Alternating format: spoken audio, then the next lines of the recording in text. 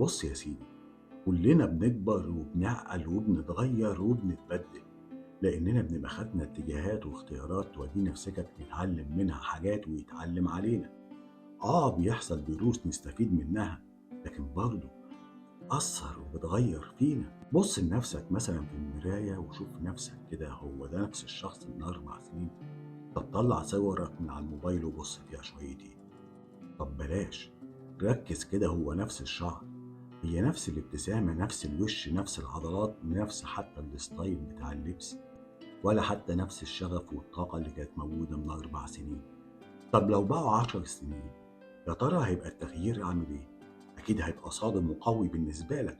احتمال تقف تبص في المراية تقول مين البني آدم ده حد تاني. لا يا سيدي، صدقني هو نفس الشخص، بس كل اللي حصل إن هو دخل خلاط الحياة، اتعصر واتمرمط وطلع في النهاية النسخة اللي انت شايفها. زي بالظبط الفاكهة لما بتتحط في الخلاط وبتطلع عصير، بتغير من كل طبيعتها، لكن في النهاية هي نفس الصفات رغم إنها بقت سايل.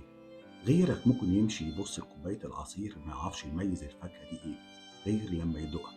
بس شئنا أم أبينا هتفضل فاكهة، وشئنا أم أبينا هتفضل أنت نفس الشخص، هو أنت، مش حد تاني. ولو مش عاجبك النسخة دي فالقرار قرارك، اصنع انت التغيير اللي يخليك تبقى الشخصية او النسخة اللي عايز تشوفها كمان كام سنة.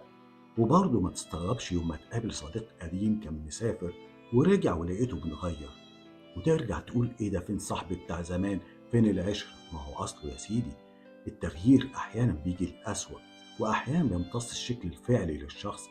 فساعتها بتشوف نفسك واقف قدام شخص ما تعرفوش، وترجع بقى تشكك في أفكارك وتقول معقولة هو كل السنين دي وأنا مخدوع فيه؟ لأن أحيانا بتبقى التغييرات صغيرة ومش ملحوظة، لكنها بتبان بعد لوكشة سنين، وهوب تحس بتغييرات جذرية لا أنت فاهمها ولا عارفها ولا عارف جت منين.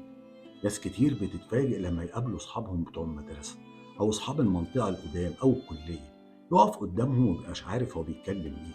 لا نفس الأمزجة ولا نفس الكلام ولا نفس الطباع ولا الجدعنة ولا أي حاجة تانية، كأنك واقف قدام بشر تانيين. ده الأدهى بقى إن ممكن التغيير ما تلاحظوش غير بعد مرور سنين، مع ناس أنت أساسا ما غبتش عنهم ولا لحظة ومعاشرهم كمان، نتيجة التجارب والمواقف الحياتية اللي بتعرضوا ليها والزمان.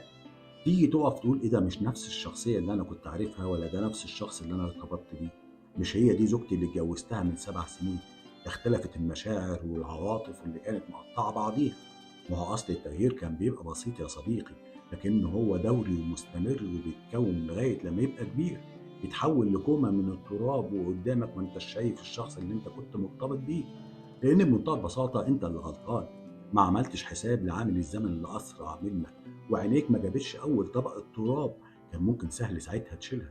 لكن لما بقت كومه كبيره بقيت واقف محتاس، لا انت عارف إن لو انت شلتها هترجع تاني نسخه اصليه، ولا التراب اثر فيها وما بقاش فيه فايده من التنظيف، وعمرها ما هترجع تاني هي نفس الشخصيه. وده بيحصل مع اغلب العلاقات الانسانيه الراكده اللي اطرافها مكتفيين بس ان هم موجودين مع بعض، وما حاولوش ان هم يدعموا ويقووا العلاقه دي عشان تستمر علاقه قويه، مش علاقه وخلاص.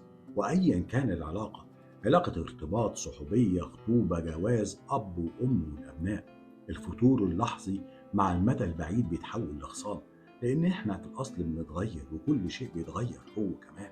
فبالتدريج هتلاقي مسافة الفتور بقت جفا، والجفا بقى خصام، بقى زعل، بقى قطيعة، وممكن يقلب بعداوة وكره بينا. شفتوا المسافة ممكن تيجي منين لمنين في مدة طويلة؟ بس لو كان في مجهود مع الأيام، صدقوني عمر ما السنين كانت هتقدر تغير في علاقات البشر. سلام عليكم، اتمسوا العافية.